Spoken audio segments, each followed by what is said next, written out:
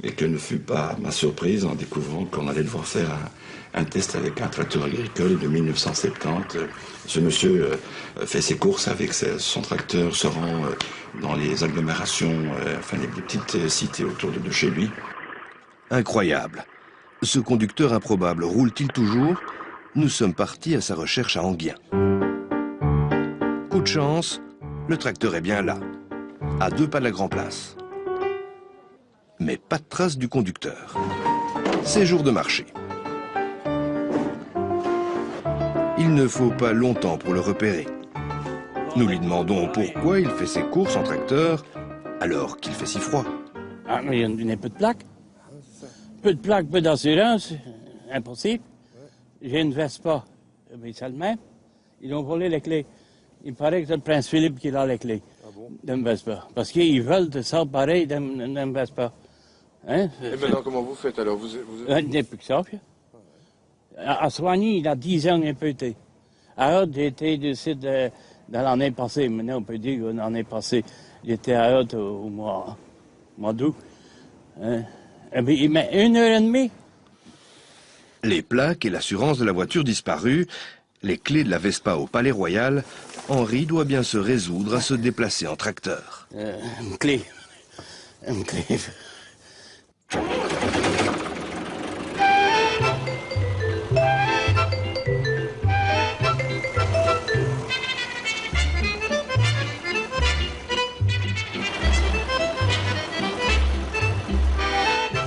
Mais le périple d'Henri n'est pas encore terminé.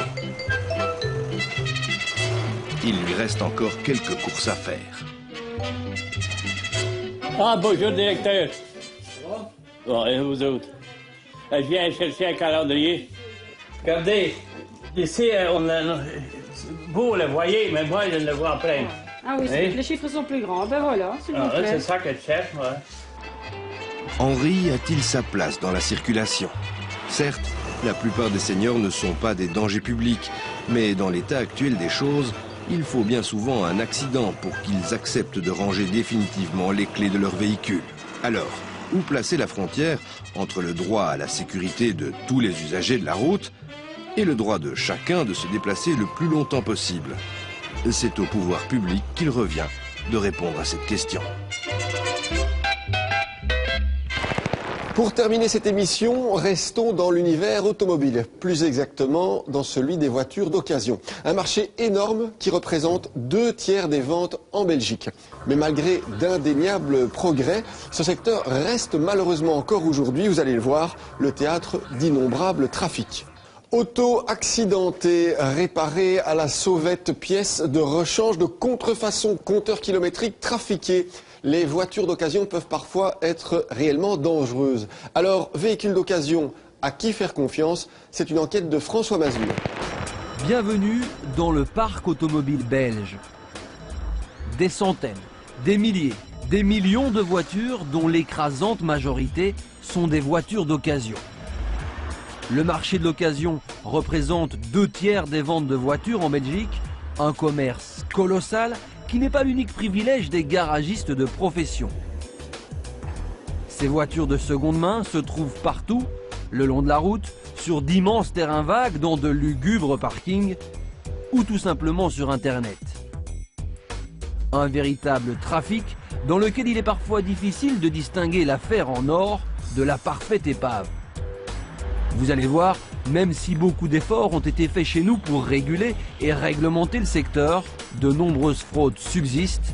Alors, pour éviter que votre achat ne se révèle être une carcasse sans vie ou un cercueil mobile, mieux vaut ouvrir l'œil et le bon, car l'arnaque se trouve peut-être au coin de la rue. Le sentiment d'avoir été arnaqué. C'est précisément ce qui empoisonne l'existence de ce couple de Montreux-l'Aubois dans le Hainaut. À la recherche d'une voiture d'occasion, ils se rendent chez ce garagiste. L'homme, ici en survêtement noir, leur a été recommandé par un ami. Il a pignon sur rue et propose une vaste gamme de véhicules. Leurs revenus sont modestes, mais en confiance, ils n'hésitent pas à casser leur tirelire pour s'offrir cette voiture, 3 600 €. D'apparence, c'est une affaire et hormis quelques griffes, difficile d'y voir le moindre défaut majeur. Mais très vite, Fabienne et Michel vont déchanter. Il avait le lève-vitre quand j'ai acheté la voiture qui n'allait pas. Il devait me le réparer, qu'il n'a jamais réparé. J'avais des pneus, c'était tout crevassé ici tout le tour. Il a changé les pneus, il a passé la voiture au contrôle technique et il a remis les pneus d'origine dessus. Que pour finir, bon, moi j'ai été lui dire, j'ai dit les pneus, ils sont crevassés. Il m'a dit je suis d'accord de les remplacer, j'en paye 2, il fait et vous en payez 2. Et puis, il y a ces fines particules blanches qui s'échappent du ventilateur et cette forte odeur nauséabonde. En fait, les odeurs, c'était depuis le départ un petit peu. Et il nous a dit, ben, c'est rien, c'est parce qu'on a lavé la voiture à fond. 2 jours après, mon mari me téléphone, il me dit, écoute, c'est la chaufferette du radiateur du chauffage qui est naze. Je me suis renseignée, il y en a pour 600 €. Presque chaque semaine, la voiture révèle de nouvelles surprises et le garagiste ne veut rien entendre. Mais le summum survient lorsque Michel se penche sous sa voiture. Le longeron arrière est complètement plié. Tout est plié ici en dessous. Les conséquences, c'est que l'année prochaine, au contrôle technique, dans 1 an, moi je suis refusé, je n'ai plus d'auto. J'ai une carte rouge. C'en est trop, le couple décide de se rendre au garage, cette fois bien décidé à se faire rembourser. Mais une fois sur place, l'accueil est hostile, le garagiste s'énerve, Michel est menacé de mort. Et là-dessus, il m'a dit comme ça, je vais t'engouffrer en dessous de la voiture, qu'il est arrivé avec des ouvriers à lui avec des tournevis. Et il m'a menacé avec un tournevis comme ça, que j'ai fait, moi j'ai reculé. À ce moment-là, vous avez eu peur? Ben oui, parce que moi j'ai vu le tournevis rentrer dans mon ventre. Affolé, le couple quitte les lieux. La suite est une série de plaintes restées lettres mortes. Ils ont fait appel à un avocat et espèrent trouver une solution avant le passage obligatoire au contrôle technique en août prochain. Après quoi, ils seront sans voiture. Les voitures d'occasion. Un business juteux pour beaucoup de garagistes peu scrupuleux. Et dans certains cas, un trafic qui peut prendre d'importantes proportions. Nous sommes près de Tournai. Au beau milieu des champs, derrière ces arbres, s'organise un drôle de commerce. Munis d'une caméra cachée, nous pénétrons dans un parking de plus de 4000 mètres carrés. Des voitures de différentes origines y sont entreposées. Tout autour, des garages a priori sans activité. Sauf qu'à l'intérieur, des ouvriers venus des pays de l'Est y travaillent. Une main-d'œuvre apparemment très bon marché, qui va nous proposer un service défiant toute concurrence. Nous interpellons cet ouvrier. Il travaille sur plusieurs voitures avec du matériel professionnel. Nous apercevons même une cabine de peinture complète pour repeindre tout type d'automobile. Nous prétextons des réparations à faire sur notre véhicule. L'homme accepte de nous faire une estimation. Vous allez le voir, le prix proposé est très alléchant. D'accord, je comprends. Juste une question. Si jamais on souhaite refaire Que les coups. Que les coups. Donc on la laisse en blanc, on refait les coups d'un côté et de l'autre. Peut-être on change. La serrure, ça, à ce moment-là, on peut avoir un prix un peu plus intéressant. Parce qu'on est jeune, c'est pas beaucoup d'argent. C'est mieux peinture, même couleur blanc. C'est mieux la même peinture. Et dans ce cas-là, alors c'est... Même couleur, encore simoniser toutes les voitures, nettoyer. Et là, ça fait combien à peu près? Il y a des coups là, et puis de l'autre côté aussi. Pour ça, tout réparer, tout l'aile, du port, besoin de peinture encore porte. Ouais. C'est tout simonisé, nettoyé, 450 €. 450 €. Le tout. 450 € pour remettre notre véhicule à neuf. La tentation est grande, surtout lorsqu'on compare les prix. Avec ce même véhicule, nous nous sommes rendus dans un garage agréé pour savoir combien un particulier paierait pour les mêmes petites réparations. Ici, le montant s'élève à 3 500 €.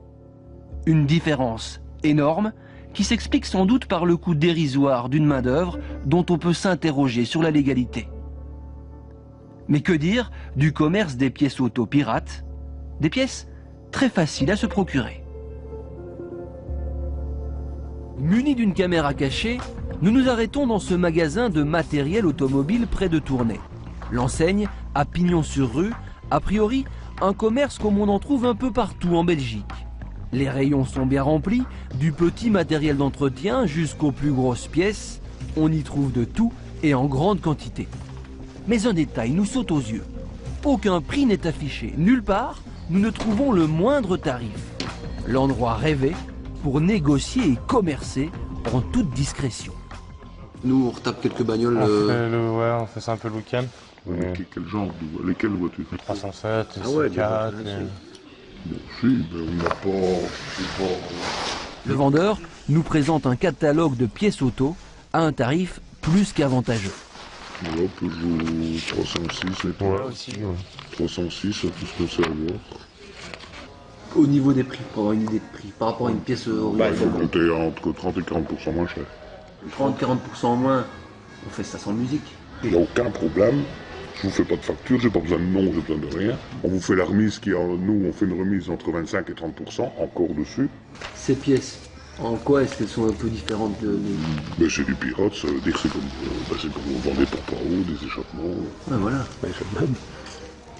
Et elle fonctionne quand même, la pièce. Oui, bien sûr. Moi, si jamais je la remplace bien sûr. Personne, elle ne veut pas venir me voir, quoi. Ben non. Non. Ces pièces pirates sont des copies des pièces originales. Des pièces qui, selon le vendeur, sont sans danger. Mais attention, parmi elles se cachent parfois de grossières contrefaçons. Nous sommes à Bruxelles, au siège de l'Organisation mondiale des douanes. Le lieu idéal pour évoquer les trafics internationaux. L'inspecteur Zimmerman est spécialisé dans les contrefaçons en tout genre. Son bureau est une véritable caverne d'Ali Baba du faux. Et les exemples en matière de pièces automobiles ne manquent pas. Voilà, ça c'est typique. Quelle est la valeur marchande de ces pièces? Quelle est la valeur marchande? Il n'y en a pas, mais ils vont investir. Maintenant, dans notre jargon, on dit que le quantitatif a suppléé le qualitatif. Ce ne sont plus les produits à forte valeur ajoutée qui vont être copiés. C'est n'importe quoi, des produits de consommation courante, mais à une échelle industrielle. Ça, inutile de vous dire que ça va cramer, puisqu'il faut que ça résiste. C'est dans le moteur, donc il faut que ça résiste. Donc ça va cramer au premier coup de débarras. Des plaquettes de frein, alors là c'est assez terrifiant. Ce sont des plaquettes de frein qui ont été faites en herbe compressée. Donc, de l'herbe compressée, qui ont été logées dans des emballages d'une marque japonaise très connue, emballages originaux. Quel est le risque pour le consommateur qui va placer cette plaquette de frein contrefaite? Que peut-il se passer pour lui? Eh ben, il va freiner 5, 6, 10 fois, 20 fois, et puis la 25e fois, il va se retrouver dans le mur ou dans le platane. La texture même ne correspond pas aux normes. C'est de la merde. Mais le kidam, il ne saura jamais si ça c'est vrai ou faux. Je vous dirais même mieux, si vous allez faire un test avec un concessionnaire, avec un mécano, il ne saura pas si c'est du vrai ou du faux. C'est impossible. 306, c'est tout ce qu'on sait avoir. Nous montrons à M. Zimmerman et à son chef, le grand patron des douanes mondiales, les prémices de notre enquête. Ils savent tout faire. Ils savent tout faire. Hein. Avant, c'était un petit commerce qui rapportait. C'était vous, c'était moi. On avait une petite... on faisait quelque chose, on vendait des petits t-shirts avec une fausse marque, puis on se payait une petite vacance ou une petite bouffe. Aujourd'hui, ce sont des industries. On monte des usines, on crée de l'activité, on crée de l'emploi. Et ça, ces industriels de la piraterie n'ont aucun problème pour transférer des conteneurs sur des porte-conteneurs à travers le monde, là où il y a de la demande et là où il y a des circuits de distribution qui après permettent de trouver le consommateur qui va acheter. Nous rentrons d'un séminaire en Argentine où un industriel japonais nous a montré à Buenos Aires la photo d'un 4x4 japonais entièrement faux. Entièrement faux. C'était pas une pièce détachée, c'était pas les phares, c'était pas une pièce de moteur. C'était tout le 4x4 qui était vendu et commercialisé comme faux. Quand vous avez un capot de voiture d'une marque qui n'est pas aux normes et qui est un produit piraté, en cas de choc frontal, ça va devenir une guillotine. Et donc, il n'y aura aucune protection du consommateur. Donc, le fait de vouloir payer moins cher fait que vous mettez en danger votre vie par l'utilisation d'un produit